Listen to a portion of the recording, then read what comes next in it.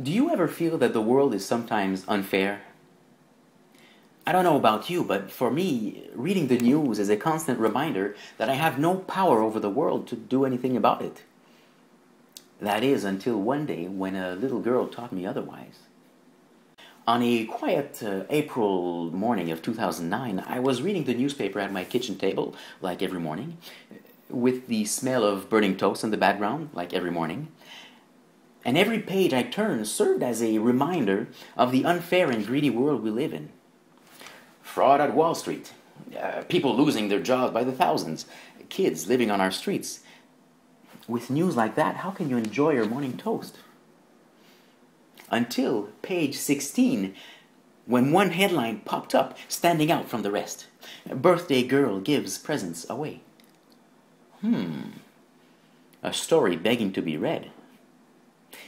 Can you imagine a 6-year-old girl going up to her parents and saying, "Maman, Papa, this year for my birthday, I don't want any presents for me. I want presents for everybody else." That year, the local children's hospital received dozens of toys, gifts, and games, thanks to this little girl's generosity. This child has no more power over the world than I do, but she is making powerful changes around her.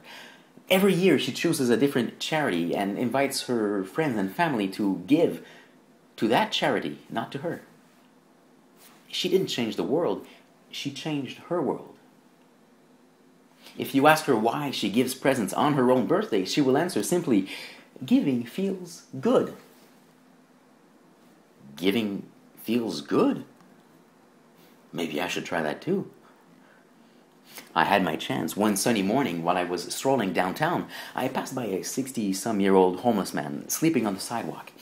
His hat was on the ground beside him, open, as if begging for change. Aha! Here's my chance to try that giving feels good theory. I had just purchased a breakfast wrap with my last $5 bill, so luckily I had change in my pocket.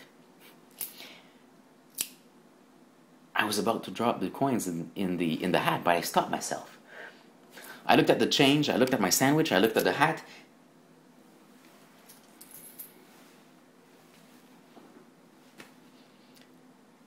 Leaving my unopened sandwich in his hat, I observed from a distance. Imagine his surprise when he wakes up to find his first meal of the day already there beside him. As for me, well, I only had 41 cents in my pocket, but that morning I felt like $1,000,000. I was still hungry, but I was full of satisfaction, like this intense feeling of adrenaline flowing through my veins. Giving feels good.